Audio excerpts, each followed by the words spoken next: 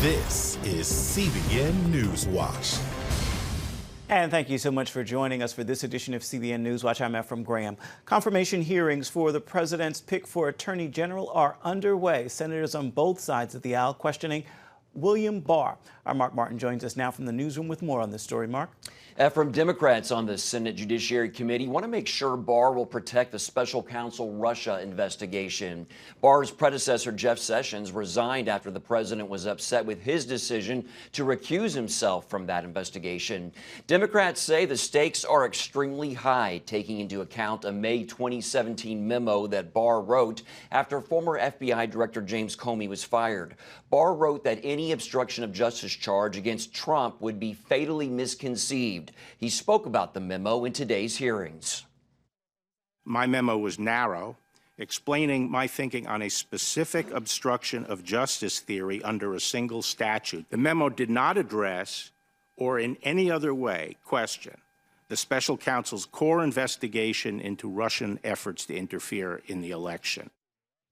Unlike Sessions, Barr will control the terms of Robert Mueller's investigation, but Barr told the committee it's important that the special counsel is allowed to finish. Given his public actions to date, I expect that the special counsel is well along in his investigation. At the same time, the president has been steadfast that he was not involved in any collusion with Russian attempts to interfere in the election. I believe it is in the best interest of everyone, the President, Congress, and the American people, that this matter be resolved by allowing the special counsel to complete his work. The country needs a credible resolution to these issues. Barr also served as Attorney General under the late President George H.W. Bush. Today, he said if he's confirmed, he will serve with the same independence that he did in 1991. He told the committee when Bush selected him, the late president wanted no promises. Barr said in the same way Trump has wanted no promises from him. Ephraim, back to you. Now, Mark, what is Barr's relationship with Mueller? Barr told the committee he has known Mueller for 30 years, and they worked closely together during Barr's time at the Department of Justice. He went on to say they have been friends since, and he has the utmost respect for Mueller and his distinguished record of public service. Barr said he has confidence that Mueller will handle the special counsel investigation properly. Back to you. Thanks, Mark. The government shutdown now in its fourth week, with President Trump saying he will never back down. The president has rejected a short-term legislative fix to reopen the government for several weeks, while negotiations would continue with Democrats over his demands for $5 billion for the border wall. President Trump spoke Monday at the American Farm Bureau Federation's annual convention, telling farmers legal immigration to help farmers would be made easier. With criminal records, including 100,000 assaults, 30,000 sex crimes, and 4,000 violent murders or killings. The crisis of illegal immigration impacts all Americans, threatening public safety, overwhelming public resources, straining our local schools and hospitals, undermining U.S. workers, and claiming countless innocent lives.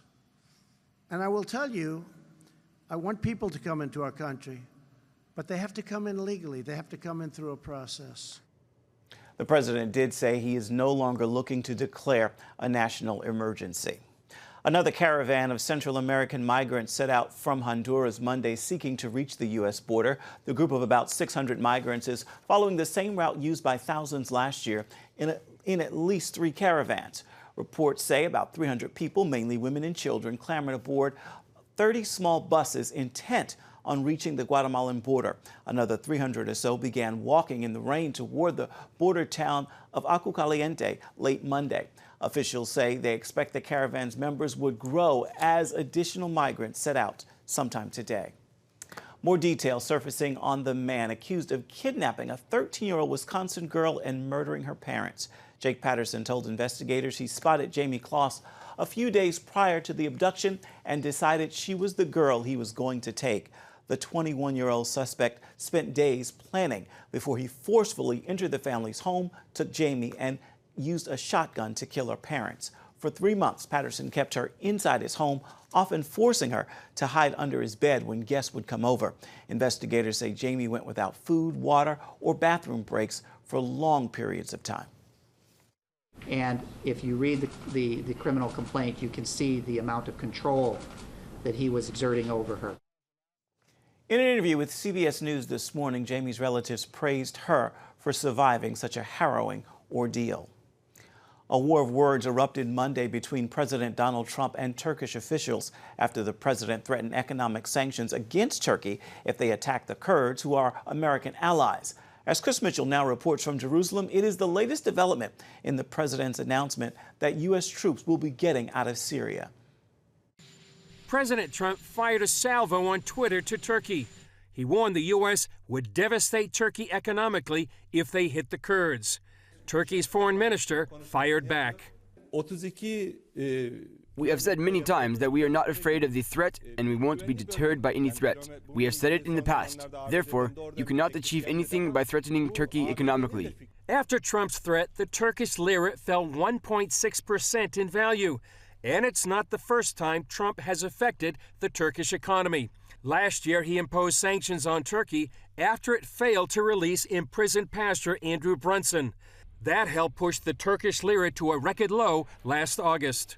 The Kurds have been allies of the U.S. in the fight against ISIS, but Turkey sees these same Kurdish fighters as terrorists and allied with a Kurdish group inside Turkey called the PKK that's been fighting Turkey for decades. Late Monday, Trump spoke with Turkish President Erdogan about cooperating with Turkey during the pullout of U.S. troops. Last week, U.S. Secretary of State Mike Pompeo told CBN News the U.S. will try to meet the needs of the Turks and the Kurds. Well, our message is straightforward. The work that the Kurdish forces did with us alongside in Syria has been important. It took down a caliphate, and we'll work with the Turks to make sure that there's security for them as well, and that the Kurdish people in Syria are indeed protected. Trump also warned the Kurds not to provoke Turkey and raised the idea of a 20-mile security zone along the Turkish-Syrian border. If Turkey monitored that zone, many Kurds and Christians in the region say that would put them in danger, which raises another dilemma. The Kurds may rather align with Russia and Syria, and therefore Iran, if the U.S. doesn't protect them. Chris Mitchell, CBN News, Jerusalem. Gunfire and explosions rocked Kenya's capital city of Nairobi this afternoon. The attack happened in a popular upscale neighborhood, sending people fleeing for their lives. The target was a well-known hotel in the area. The Islamic terror group Al-Shabaab has claimed responsibility and say that they still have men inside the hotel complex. Kenya has witnessed a wave of terror attacks in recent years while pursuing an aggressive military campaign to flush the terrorists from the neighboring countries. Joining me now for more on this, what's happening today, is senior international correspondent George Thomas. Now, George, we know you've been actually to the specific area here. Tell us what you can about the location and why you think it was targeted. I've lived in this particular location. I've done numerous interviews, met sources actually at this hotel over the years. Like I said, many times I've lived in this area. Why? Because it's very close to the CBD, the Central Business District. It's very close to the heart of Nairobi, Kenya. It's very close to various Western hotels. It's very close to popular night spots, hotels and restaurants and nightlife and so forth. So it's a hubbub of activity. So as we know in the past, Al-Shabaab, Al-Qaeda, ISIS, they always like to have maximum impact and look for symbols of structures that represent Western society or just prosperity in these cities around the world. Now we know Al-Shabaab has claimed responsibility, and you believe this attack is possibly related to a high-profile terrorism trial? That's right. In fact, just on Monday, a top judge in Nairobi said that 3 individuals who were involved in, you'll remember back in 2013, from the Westgate attack where Al-Shabaab attacked this very popular mall. 67 people were killed. Just on Monday, 3 individuals were ordered to stand trial. All 3 had links to Al-Shabaab. They were training, funding, preparing for the attacks. Could there be a possible retaliation for these 3 men being held, being brought to trial? Perhaps. The other significant thing is that back on this very date in 2016 in Somalia, Al-Shabaab launched a very brazen attack on a Kenyan military base in Somalia. 180 soldiers were killed on this day 2 years ago, so there could be some link there as well. Now, we know you've reported on Al-Shabaab's activities for several years. Yes. What is Al-Shabaab and what does it want? Number one, Al-Shabaab was basically created back in 2006 when Somalia was a failed state. What do I mean by a failed state? They had no government, no authority, no police. There was basically lawlessness. And this group came in and said Islam, Sharia law will be the rule and the governance of the country. So they wanted to turn Somalia into an Islamic country, which then led to a fight between Ethiopian, Kenyan and other regional powers to try and extricate this group. And since 2006, they've been fighting in Somalia, not just in Somalia, but as we've seen today in Kenya and other neighboring East African nations. In that mission, they've targeted Christians as well. They have. In fact, back in 2015, we reported on this in the northeastern part of Kenya in a town called Garissa. It was a horrific attack on a predominantly Christian school. 148 students lost their lives. The majority of them, as I said, were Christians. So they are going after Christians as well in this war that they have against Kenya and other East African nations. Where is America when it comes to fighting terrorism in Kenya and Africa at large? Excellent question. I mean, look, after 9/11, the United States took an aggressive stance around the world. Africa was one of them. It was dealing with Al-Qaeda, Al-Shabaab, and other terror groups. Now the United States and this particular White House is shifting focus. Some of the money is getting diverted to what the administration calls old sort of foes, China, Russia, Iran, and so forth. Are we still involved in Africa? Absolutely. Are we helping the Kenyans with intelligence on groups like Al-Shabaab, Al-Qaeda, ISIS-inspired groups? Absolutely. But the funding has come down. But clearly, this is another example that these groups, it doesn't matter. You have to be right all the time. Authorities have to be right all the time. And we just need to make one mistake, and this happens as a result. Yeah, unfortunate indeed. George Thomas, thank you for your insight. You're most welcome. Iran conducted one of at least 2 satellite launches Tuesday, but officials say the satellite failed to reach orbit. Despite criticism from the U.S., Iran has said it plans to send 2 satellites into orbit. Iranian officials say the rocket in today's launch had successfully passed its first and second stages before developing problems in the third. Israeli Prime Minister Benjamin Netanyahu on Tuesday slammed Iran over the satellite launch, Netanyahu accusing Tehran of lying and alleging the satellite was actually the first stage of an intercontinental missile Iran is developing in violation of international agreements. A UN Security Council resolution calls on Iran to undertake no activity related to ballistic missiles capable of delivering nuclear weapons. Iran insists the launches do not violate that resolution. Israeli doctors have banned conversion therapy for gay people. The Israel Medical Association says members who perform conversion therapy could now be expelled if a complaint is filed to its ethics committee.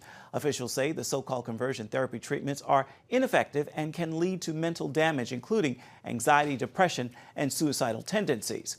Activists say the ban is meant to protect the LGBTQ society from doctors suggesting there is a cure to their sexual orientation. Coming up, it is an important week for pro-life activists, how they're preparing for the upcoming annual March for Life.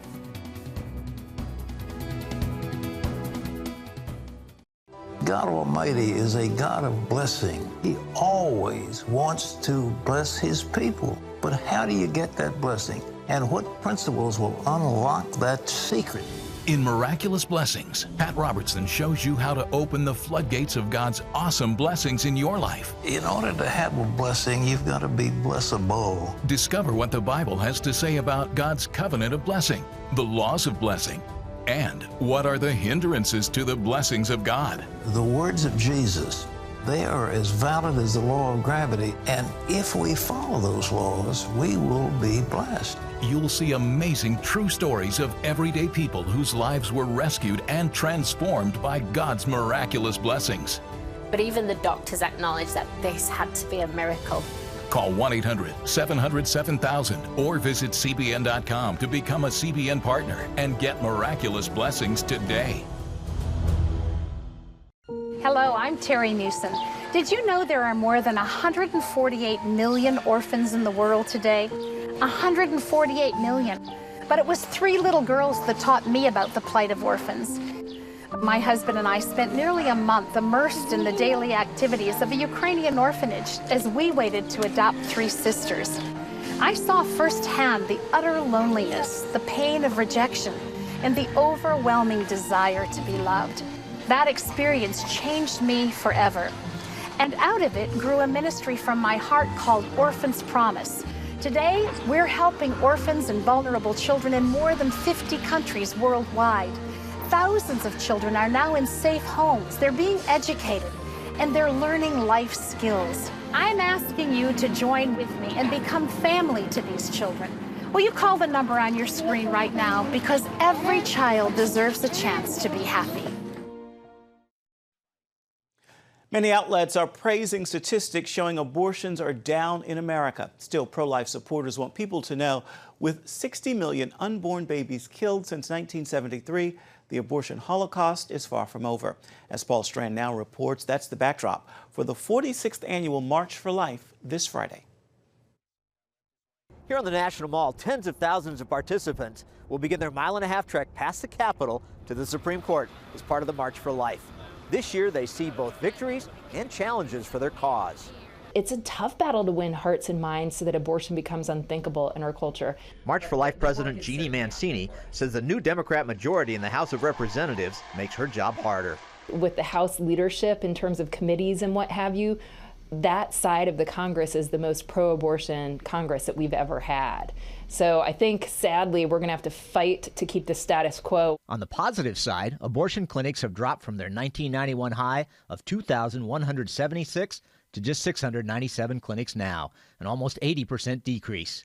And the yearly rate of the unborn killed in America has gone from more than 1 million in the late 1990s to less than 800,000 these last few years. The number of abortions is down every year, which speaks volumes. The number of abortion clinics is down under 700 for the first time ever. I mean, since like a year or two after Roe. The number of pregnancy care centers is the highest that it's ever been. As the nation honors the life of civil rights icon Martin Luther King Jr. this coming weekend, the point's being made how early abortion activists targeted the black population. Reverend Dean Nelson quotes Planned Parenthood founder Margaret Sanger.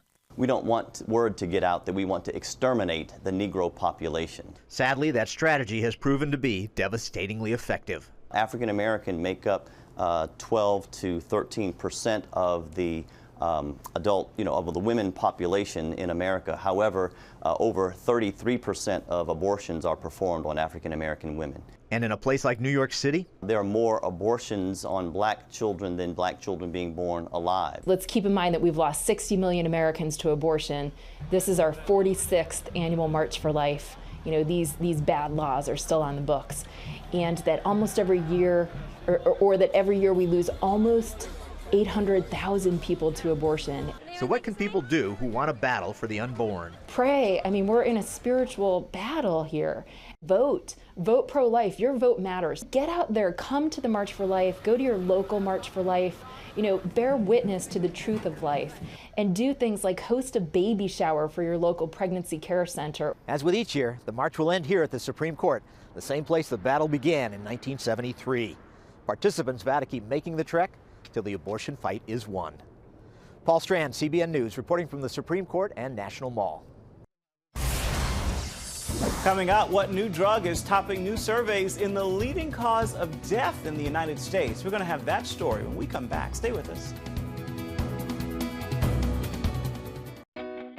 Parents, the Superbook Bible app is a great way to get your child reading the Bible, because in today's busy world, we can use some help.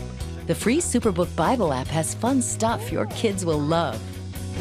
They'll have a blast learning the Bible, playing great games, watching cool videos, discovering heroes in the Bible. They'll have fun while they learn God's Word. The Superbook Kids Bible app, available now. Life. It's meant to be lived fully. Jesus said it. I came to give you life. Life to the fullest. Life in your family. Life in your finances. Life in your body, mind, and spirit. Life in your everyday.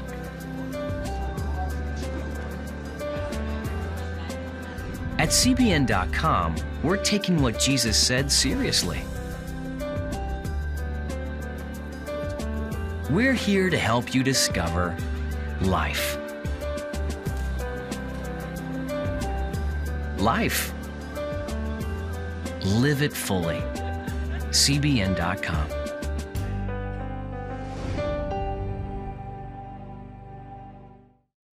We had 4 jobs that didn't go right, but we didn't waver in our faith. That's when God put on my heart that we needed to do the well. Within a couple of days, we got an insurance refund check that we had no idea was coming. And here we are, this year, it's just boom.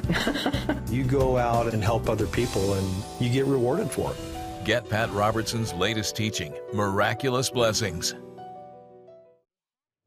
A new study highlights the growing reach of the opioid crisis in our nation. According to the National Safety Council, Americans are now more likely to die of an opioid overdose than in a motor vehicle accident.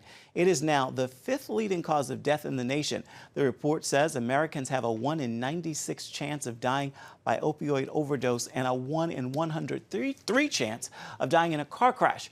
What's even more troubling, though, is the fact that the opioid deaths have been underreported by as much as 35%. Health correspondent Lori Johnson joins us now with more troubling numbers indeed. So much attention has been placed on the opioid epidemic in this country, but it's getting worse. Right. What's going on here? Right. We hear all the politicians talking about it, and everybody's just sick over it. I know for me, it makes my heart literally sick. I've been covering this for years, and it's only getting worse. And it all comes down to one word, Ephraim, one word. Fentanyl. Fentanyl. This is the problem. Fentanyl, it's a synthetic opioid. It's 100 times more powerful than heroin, if you can believe it. And what's happening is this fentanyl is being laced into the heroin. It's being laced into these prescription drugs that are sold on the street, and the users are not aware of it, and then they overdose. So it's these heroin users, they don't realize that what they think is heroin is actually heroin laced with the fentanyl that's 100 times worse, and it kills almost on the spot. We know that a police officer overdosed because when he was working a crime scene, there was some fentanyl that he brushed off the victim's coat, and he got it on his skin and breathed it in and overdosed. Luckily, he survived, but we hear about kids who come across it in bad neighborhoods or in their homes, and then they die. It's just the worst thing. It's called fentanyl, and we need to deal with this. This is the problem. Where is fentanyl coming from? Well, it's manufactured. It's synthetic. It's not. It doesn't grow from poppies like heroin. It's manufactured in labs, mostly in China. And so what happens is it's being sent in the mail, the U.S. mail, and it's coming over here. And so that's the problem. But it's also being mailed to Mexico and coming up through our porous southern border. Now, we do know that fentanyl is also being used in pharmaceutical settings, and this is the safe kind, the kind that's being used in the ICU. We're not talking about this. This is the street fentanyl that's a powdered form. Ugly, ugly. So what can be done to curtail this epidemic? Well, I think first, as Christians, we need to pray, because what's going on here comes, in my opinion, straight from the pit of hell. It's demonic in every fashion. This drug gets a hold of its victims and won't let go. Same with heroin and the prescription painkillers. These drugs are so vicious and so addictive that the best people, the nicest people, Christians even, become so addicted because the body craves it. The people aren't even looking for a high anymore. They're just doing it because their body is calling out on it. It's a means of survival. So the main thing is to pray. Second thing is to not start. If we only have to deal with the people who are addicts now and not future ones, then it's manageable. But we mustn't start. And one thing that I would recommend highly is be careful of those pain pills. So many people get hooked on the pain pills after having surgery, and they can't get any more pain pills, so then they go to the heroin on the street, and then the heroin is laced with fentanyl. I know recently I had oral surgery, and my doctor gave me a great big huge bottle of pain pills, and I was so frightened by that pill because I know how addictive. even after 3 days, you can become addicted. I felt like I was holding a revolver. It's so scary. So be careful with these drugs and know, especially the street, don't start. And then for those who have started, I've seen in my reporting that the Christian rehab centers seem to be the most effective. So we need the power of God to help with any type of addiction, especially this one. Indeed, it is a spiritual battle, as you said. And now you can find more health news right here on CBN News, on the CBN News channel, with every episode of Healthy Living. It airs Tuesday nights at 9:30. You can catch it tonight. Lori, thank you. After the break, what happened 10 years ago today that's been called a miracle? We'll have the story next.